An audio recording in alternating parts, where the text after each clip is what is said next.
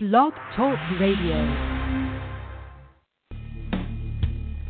Welcome to Institute for Personal Development, where total consciousness is the new frontier. Kriya Yoga is the union of the individual with the divine. Join us as we explore the practices that initiate this process. Good morning. Welcome to the Voice of Yoga. Let's Talk Consciousness. I am your hostess, Lisa Winton, and with me is Kenny Toy, also known as Swami Jayananda, founder of Institute for Personal Development, located here in Hampton, New Hampshire. Good morning, Swami. Thank you for being here today. How are you? Good morning. I'm doing pretty well here today. And how about you? I'm doing great on this fabulous moon day. And I want to thank you, listeners, for tuning in. Today on The Voice of Yoga, we'll be talking about the full moon on April 22nd, 2016, which is also Earth Day. We'll explain that this full moon is also the full moon phase of the solar eclipse of October 23rd, 2014 at 0 Scorpio 25. Included in our discussion will be the sun opposing the eclipse point on April 19th, 2016. Listen in to learn how to use these cosmic cycles and events to assist you in shaping your reality. See why Earth Day is the perfect opportunity to ground any aspirations and obligations. Join the Kriya Yoga Spiritual Advance, get the light in your soul, and become powered by Prana. So, Swami, first I wanted to do is just give our listeners just a little tidbit of Earth Day and when it was founded. And this is coming right off of the Earth Day website. And so on their front page, they have on there, in 1970, the year of our first Earth Day, the movement gave voice to an emerging consciousness, channeling human energy toward environmental issues. 46 years later, we continue to lead with groundbreaking ideas and by the power of our example. And so it begins today, right here, right now. Earth Day is more than just a single day, April 22nd, 2016. It's bigger than attending a rally and taking a stand. And then I love this next paragraph they have. This Earth Day and beyond, let's make big stuff happen. Let's plant 7.8 billion trees for the Earth. Let's divest from fossil fuels and make cities 100% renewable. Let's take the momentum from the Paris Climate Summit and build on it. So what I think is really interesting is in the first paragraph where it says, this movement gave voice to an emerging consciousness, channeling human energy toward environmental issues. So it really kind of puts us in this position of responsibility and hopefully making this global change. You know, we talk about the 100 monkey, theory, and maybe we can all move towards that. But what does all of this have to do with the full moon that's coming up? Well, I think the full moon is definitely an amplifier. So it would increase kind of the collective conscious awareness of maybe the importance of Earth Day. Mm-hmm. Because let's face it, we're like a parasite and the Earth is the host. And if we kill the host, then what happens to us? So it is really, you want to have a symbiotic relationship with the planet. Mm-hmm. And the more that we can preserve our resources, then of course the longer we have on the planet. But if we continue to destroy our resources, eventually we're going to run out of what we call in Kriya Yoga essential needs. Yeah, that is so true. I like your analogy. And I remember reading in a newsletter that I used to get from the PETA, People for the Ethical Treatment of Animals, and I remember reading in there that they said one of the benefits of being of a vegan diet is the fact that you actually are saving the planet because to feed all the cattle and things like that, they're just destroying all the rainforests and things like that. So to me, it was kind of like, oh boy, I am doing good. Not only is the vegan diet good for me, but I'm also helping the earth. Yeah, that part I'm not 100% sure about. I mean, I think about the Native Americans and how they coexisted with, say, for example, the buffalo and the deer and all of the different types of animals, that they didn't abuse their resources, that they understood the importance that if they didn't have that, then they themselves couldn't survive. And so there was this kind of sense of respect for what was out there, and of course they used everything. And I also think they had this, I hate to use this phrase, this cliche, but they had this attitude of gratitude. Like they gave thanks for everything that walked into their path, whether it was a deer, a buffalo, or whatever it was, and they looked at that like that was a gift from the universe. Yeah, it was great spirit, that they recognized that the essential great spirit was in everything, which is something that really comes with an expanded sense of self.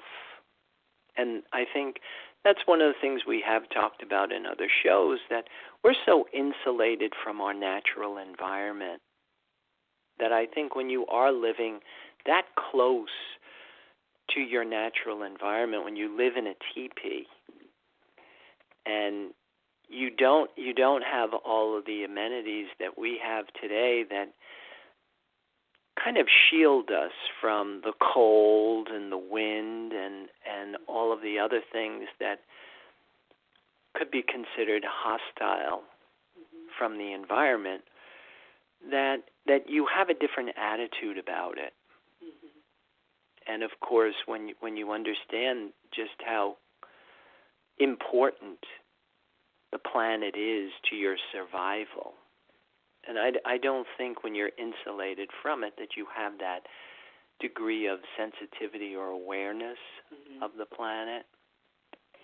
I find that very curious that you use that word insulating, because isn't that kind of like what we do, is that we insulate ourselves not just from our environment. Of course, that brings it right up on screen because we have Earth Day coming up, but it seems like we insulate ourselves from almost everything. Like we have our own lives. We go to work, and we kind of insulate ourselves even from our coworkers, or we insulate ourselves from our neighbors. And it's not like there's not this sense of community and that saying where it takes a village. Like the Native Americans, as you were saying, they all work together, for survival. And everybody here, it seems like in our time right now, is that we're all just trying to cope and get by, but we're not all working together for each other's own survival. Yeah, the term I like to use is that we're self-absorbed. And a lot of it is that we're just not growing psychologically and spiritually, that our identity is all bound up in our physical bodies, and you're consumed by I, me, mine, and the pain, pleasure, control dramas of your physical body. And one of the things that comes with a metaphysical or a mystical system that is designed to work like Kriya Yoga, you start to expand your identity beyond the limits of just seeing yourself as separate, which changes how you think about everything. It changes your perception of the world. And it's a very different thing when you see things in terms of the Great Spirit, that the same soul that's animating me is animating you. And what I'm putting out is what I'm getting back. And I like myself. So it's a whole different base of operation when the identity does start to transcend the limits of the body. But because of our Western socialization and being insulated from our natural environment and also removed from the rituals, the ceremonies, the ordeals, the ascetic practices that would initiate positive growth of consciousness, we're dealing with a lot of the ramifications, which you mentioned. We're just self-absorbed. And I guess we have to come to this realization that we are self-absorbed, and we have to come and realize that that's what we are in order for us to even start to do any changes. Right. And so I think some of the things just that we mentioned in the opening of the show, that these transits that are coming up, that this eclipse that happened on November 23rd, 2014, that these solar eclipses are on a 2-year, 2-month, and 28-day cycle, which, whether we realize it or not, is the gestation period for positive growth of consciousness, that when matter and mind come together with this more reliable source of sustenance, this invisible, intangible resource, that it initiates this progressive cycle of consciousness. And so each one of these particular solar eclipses will have a theme. And a lot of it requires, one of the things we talk about is keeping a journal, that to be able to look at events and circumstances and situations, and then also to see how am I internalizing that, and am I in a position of strength where I'm shaping my reality, or am I being reactive and controlled by these circumstances and situations? Because it's basically going to come down to, in human development, that we're complex beings. There's something within us that's of a animal nature. There's something that's within us that's of a human nature. And then there is something that's within us of a divine nature. And the interplay between these really plays out basically as we have needs, we have wants, and we have a collective purpose. And so trying to figure out who am I, sometimes for a lot of us, is a big part of the development. Because most of us today, we don't get out of infantile defense mechanisms. We are secretly seeking approval in decision-making. So we're not really becoming what's right for me as an individual. And we don't have the leadership that is giving us the tools that are required to connect to this more reliable resource that really empowers us to become individuals. In the beginning of that paragraph that I read that was on the Earth Day website, where it says the movement gave voice to an emerging consciousness,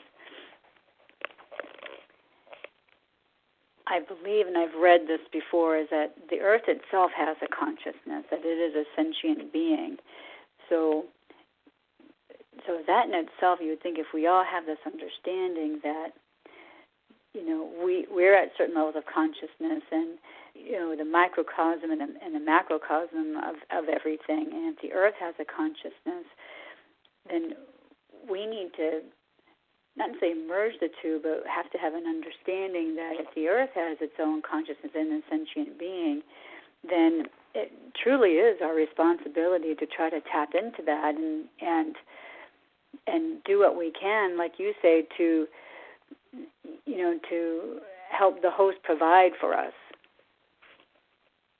Yeah, I definitely agree with that. And the whole thing here is the integration, again, between physical, mental, and spiritual aspects of reality.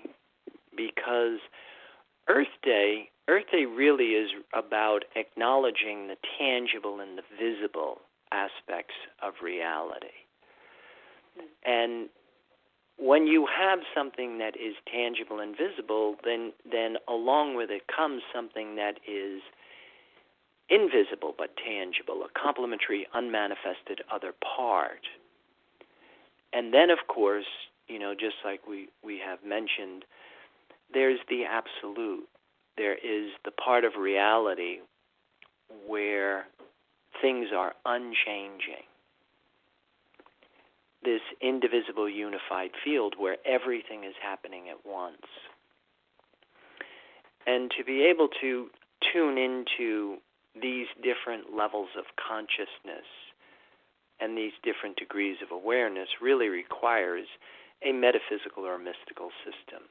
That, like one of the things we say, none of this here is magic, but it is all physics.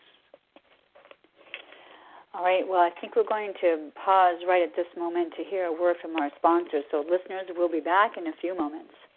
Om Purnamada Purnamidam Purnamudachyate. If you are looking for a Samadhi-based experience, IPD Kriya Yoga has the goods. A complete yoga program that includes the practices and the process. Kriya Yoga Theory 1 live classes and videos. Get your arms around the spiritual science of Kriya Yoga. The intention of why we practice is to embody the spirit, to feel connected to the life force. Kriya Yoga Asana live classes and videos. A cosmically engineered system of exercises to initiate apotheosis. A system of exercises engineered for dining and dancing at the Cosmic Ballroom. Kriya Yoga Theory 2 live classes and videos.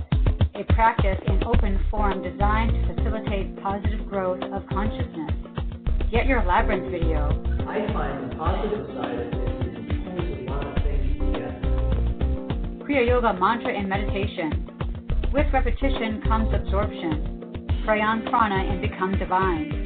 At the same time, we all have a unique talent and gift to give back to the universe. Private sessions. The mysteries of the universe have always been handed down verbally from teacher to student. Call or click now and get started. 603-929-0303 or www.ipdtransform.com. Namaste. Purnamariya Purnameva Vashishate. And welcome back. For those of you just joining us, you're listening to The Voice of Yoga, and we are talking consciousness. So, Swami, what I have here in my notes is I went to the website, www.ipdtransform.com, and I thought what I would do is I would include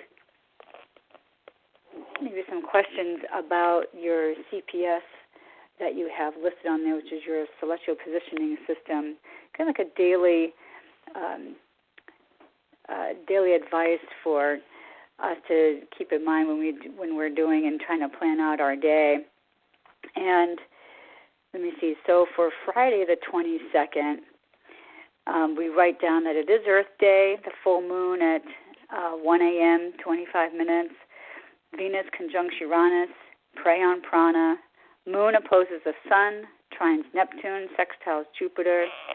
And then we have, for our advice for the day, delivery day, good time to check and see if your self-expression is upholding your aspirations. And then you did make a note, the keynote, about this full moon phase of the solar eclipse on October 23rd, 2014. Check your journal because the full moon will put the theme of this eclipse into full visibility, which you just talked about a little while ago. But you did write down delivery day, good time to check and see if your self-expression is upholding your aspirations. So anybody who's kind of new to that kind of advice, how would you explain to them what should they be looking for on Friday? What should we do? Well, again, it's a balance between your wants, your unique talent, and your collective purpose. Because we all have a unique talent. We all have one thing that we do better than anybody else. And so that becomes part of your self-expression. But then also we have a collective purpose. And your aspirations really have to transcend personal interest and start to attune themselves or align with this greater collective responsibility. And I think that's the part that gives people the most challenge. You know, when we talk about unique talent, I think we hear a lot about, well, I don't know what my unique talent is. You know, they don't understand that, like you say, it's something that you do better than anybody else. And I think people, when they think about unique talent, they think about that they're born with a gift for something. Well, you're gifted in music, or you can pick up the piano at age 2 and start playing or whatever. They don't understand that it could just even be something more simple about maybe your ability to look at situations and problem solve or something like that. Sure. And then one of the things is just like I said, reading the signs of events and circumstances as things are unfolding. Like, what is it that you have kind of like a proclivity towards? What is it that you like to do? What is it that feels good when you're doing it? And then starting to maybe plot some of this stuff. One of the things that we do is we use dates, and for a particular eclipse that happens, say for example on 10/23/14, the new moon phase was on 10/23/14. I mean, yeah, that's when the seed is in the ground. And then the first quarter phase was on July 24th, 2015. And now the full moon phase is going to be on April 22nd, 2016. And then the third quarter phase will be January 19th, 2017. So it kind of gives you quite a bit of time. But also, if you keep a journal, if you have that sense of awareness of what's going on around you, it can start to give you some clues as to what's going on within you. And so you check your journal, you look at the events, and start to see if it can help you shape a theme for this particular event. Because the theme lends knowing to a random event, which helps you understand meaning and purpose to life. So if we look back at those time periods, then we should be able to see some type of a common denominator, and then that can help us figure out, well, what's the theme of this particular 2-year, 2-month, 20-day cycle? I think that's what you're saying. And then this helps us to shape our reality, which is what we said in the beginning of the program in our summary, to understand these cosmic cycles to help shape our reality. So, and this really kind of puts us in the driver's seat, and it's not like, going through life saying, life is happening to me. It's more like, I'm making life happen for me. Yeah, the whole thing of making that transition of going from the victim to the creator, where you are starting to implement more conscious participation, starting to use your mental faculties, starting to use imagery in your mind to start to shape events, circumstances, and situations.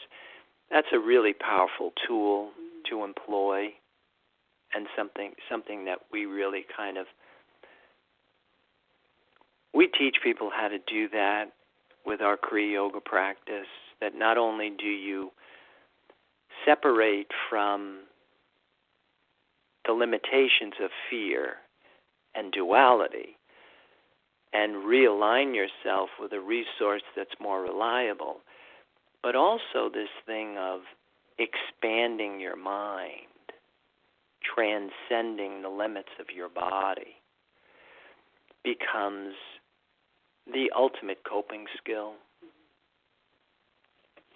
So we have to want to do that. Like you said, we're driven by what we desire, what motivates us. So, you said that either what we desire puts us in like an animal nature, or and I think that's kind of like where we, I hate to say it, but we're kind of like where we are maybe collectively, and having to raise this consciousness, of the world. Like, for example, like with this whole Earth Day, by all of us coming together, then it kind of does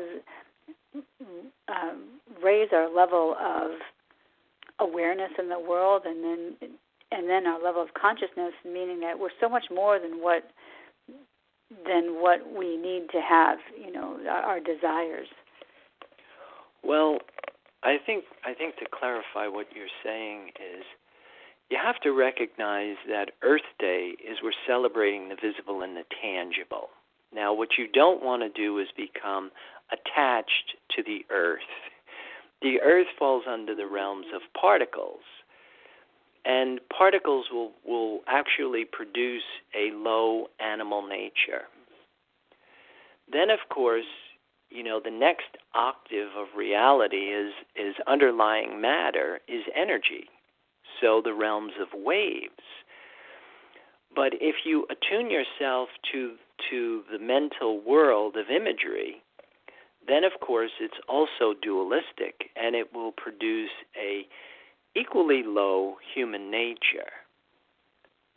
So it's not really until the individual desires the void or the nothing do they now initiate this progressive cycle that will produce a divine nature. And so it's the divine nature that actually produces all of the altruistic benefits that we're really trying to achieve, but the whole key is not to fall in love with the earth. So we can go ahead and plant our trees, but we have to understand that not to have that kind of a particular attachment to it. That makes perfect sense when you put it that way. I did have a question for you on the CPS for tomorrow, for Tuesday. You have a keynote on here, and it says the sun opposes a solar eclipse from October 23rd, 14. Check your journal for any insights or events or situations to help you understand the theme of this eclipse for you. So I just think it's interesting that we have two keynotes in 1 week. Is that unusual to have that? No, it happens because we use transits of the sun and Mars to these eclipse points. We use what we call the hard aspects, which would be the conjunction, the square, or the separating square, the opposition, the applying square, and then again the conjunction. They're kind of trigger points, and it's helpful, I think, when you are trying to plot the theme of a particular solar eclipse, because even if you are growing psychologically and spiritually, that we continue to evolve, and so the theme is equally as important as if you haven't started yet. I see. Okay, that makes perfect sense. So I do encourage all our listeners out there to, go to the website and look at the CPS, and maybe that can help you as well in your daily life. But it is about that time. We do have to start closing down our program. So I'd like you to visit the website, www.ipdtransform.com. And once there, you can post comments about this show or any ideas for shows you may want us to consider. But keep those comments, questions, and curiosities coming, because Swami does enjoy hearing from you. Be sure to tune in next week. We will talk about nocebo, which means I shall harm, and placebo, I shall please. It's going to be a very interesting show. You can also email me at lisa@ipdtransform.com with any questions you would like Swami to answer. So, Swami, any final thoughts or comments about our show today or next week? I would like to wish everybody a happy Earth Day. And with that, wish everybody a good day today. And And thank you for listening to our program, The Voice of Yoga. This is Lisa Winton, along with Swami Jayananda, signing off. Have a wonderful Kriya Yoga kind of day. Namaste.